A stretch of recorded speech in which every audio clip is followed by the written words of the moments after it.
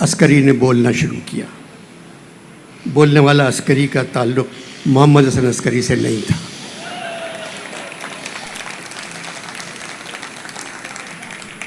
اچانک یہ عمارت سنسان ہونا شروع ہو گئی۔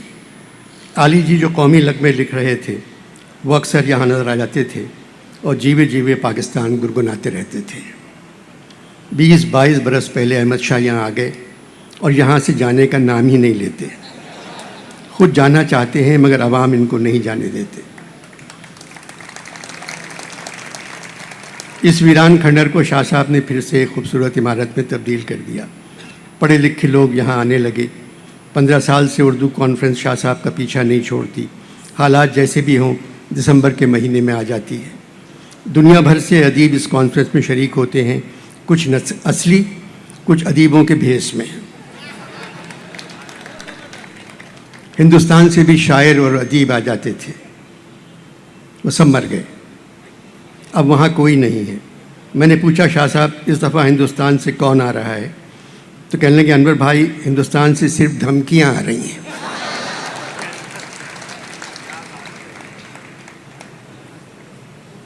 آرٹس کونسل کے الیکشن اردو کانفرنس کے بعد ہوتے ہیں اور شاہ صاحب جیت جاتے ہیں۔ اسٹیج پر آنے سے پہلے شاہ صاحب نے میرے کان میں کہا انور بھائی آپ کے پاس 30 منٹ ہیں۔ میں نے پوچھا آپ سے کس ڈاکٹر نے یہ کہا؟ بولے اللہ آپ کو لمبی عمر دے، میرا مطلب تھا آپ کو 30 منٹ بولنا ہے، پاکستان پر سب کی تعریف کرنا ہے اور خاص طور پر نئے آرمی چیف کی۔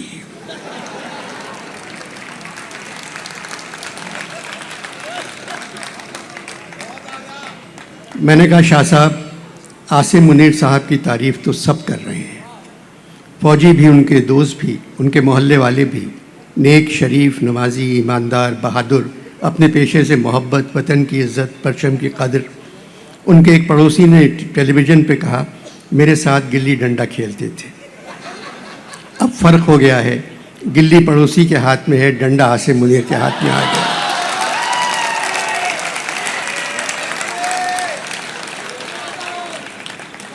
میری دعا ہے یہ ایسے فوج کے سربراہ ہوں جو صرف فوج کا خیال رکھیں اور عوام کا۔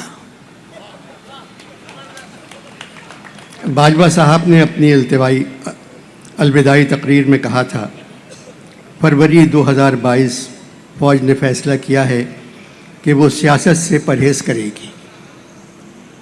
بہت اچھا فیصلہ ہے۔ اس کا مطلب ہے 74 برس فوج نے سیاست سے بدپرہیزی کی۔ بدپرہیزی کا مطلب ہے بے اعتدالی، بے احتیاطی، عیش، فضول خرچی۔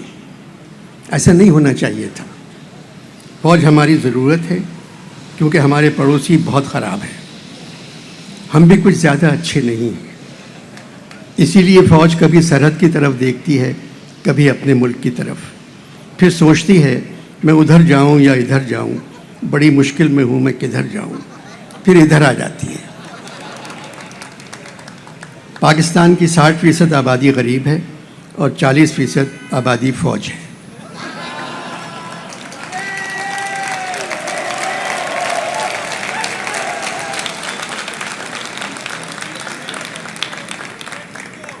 امیروں کا پاکستان سے کوئی تعلق نہیں، وہ اپنے بچوں کو مسلمان کروانے بھی لندن بھیجتے ہیں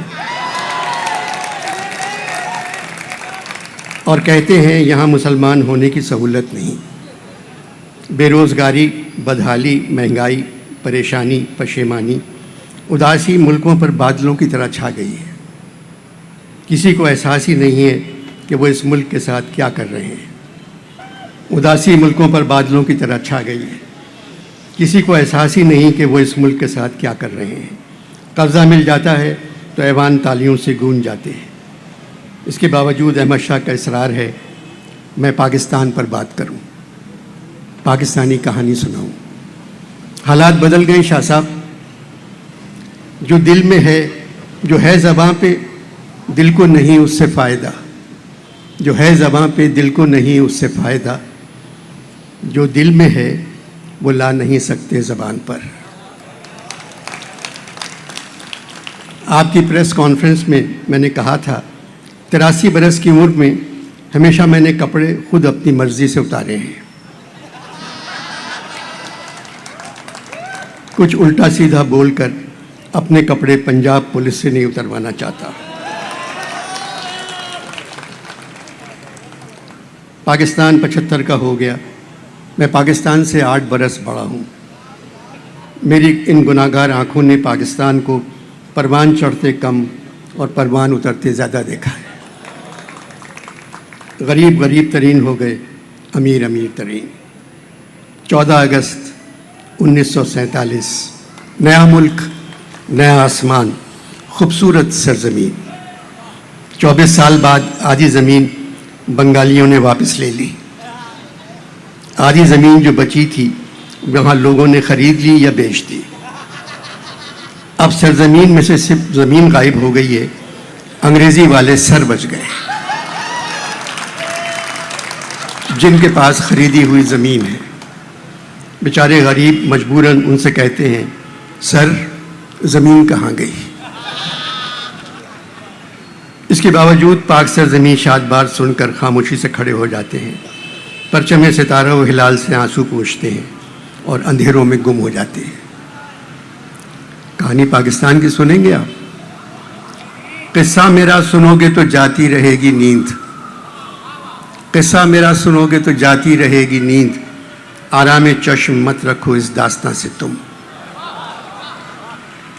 یہ کہہ کے جو رویا تو لگا کہنے نہ کہہ میر. سنتا نہیں میں ظلم رسیدوں کی کہانی.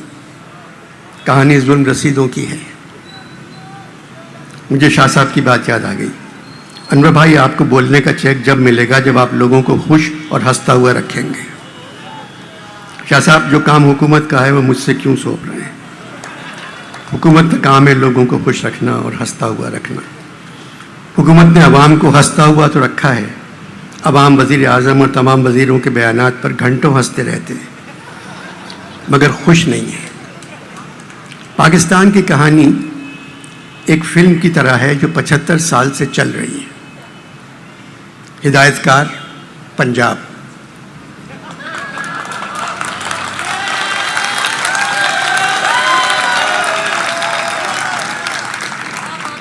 ہدایت کار پنجاب شوٹنگ بلوچستان میں ہوئی ہے.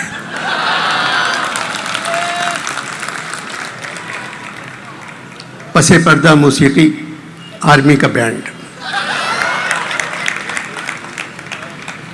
فلم کا انٹرول 1971 میں ہوتا ہے جب مشرقی پاکستان بنگلہ دیش بن گیا. انٹرول کے بعد فلم ایک ملی نغمے سے شروع ہوتی ہے، اے وطن کے سجیلے جوانوں. اس کے بعد فلم کا ہیرو جو سندھی ہے ایک بڑھئی کے پاس جاتا ہے اور اس سے کہتا ہے ایک ایسا تختہ چاہیے جس کو الٹا نہ جائے. بڑھئی ایک تختہ بنا کر دیتا ہے جو 6 فٹ چوڑا اور 4 فٹ لمبا ہے. اس کے درمیان 3 فٹ اور 2.5 فٹ کا سوراخ ہے. بڑھئی کہتا ہے اس تختے کو کوئی الٹ نہیں سکتا، مگر اس تختے کے درمیان جو سوراخ ہے تم اس کے نیچے جا سکتے ہو. اس منظر کے بعد آرمی بینڈ ہے مرد مجاہد جاگ ذرا اب وقت شہادت آیا بجاتا ہوا گزر جاتا ہے. فلم کے آخری منظر میں ایک آدمی امریکہ سے پیسے مانگ رہا ہے، چین سے پیسے مانگ رہا ہے، برطانیہ سے پیسے مانگ رہا ہے، سعودیہ سے پیسے مانگ رہا ہے، UAE سے پیسے مانگ رہا ہے اور کہہ رہا ہے اگر ترکی سے قرضہ مل گیا تو قسم خدا کی آپ سب کے پیسے ہم واپس کر دیں گے. ایک چھوٹا بچہ آتا ہے اور وہ آ کر ایک شعر پڑھتا ہے، خدا سے مانگ جو کچھ مانگ نہ ہو اے مفلس. خدا سے مانگ جو کچھ مانگ نہ ہو اے مفلس، یہی وہ در ہے کہ ذلت نہیں سوال کے بعد.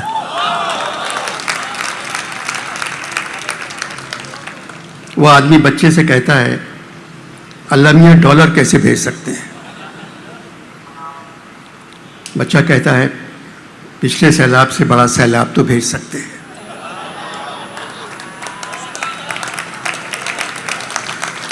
پھر آپ کے دامن میں ڈالروں کی بارش.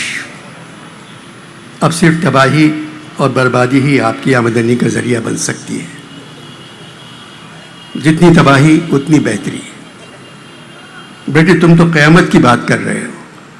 محترم قیامت تو آ چکی ہے. اس کی نشانیاں پتہ ہے آپ کو کیا ہیں؟ جب برے لوگ اچھے لوگوں پر حکومت کرنے لگے.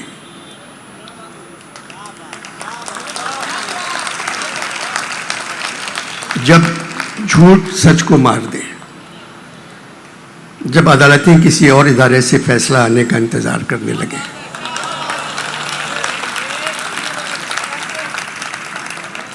جب مولانا وطن کی ماؤں بیٹیوں اور بہنوں کے لیے گندی زبان استعمال کرنے لگے، جیسے ان کی ماں نہیں دونوں باپ تھے.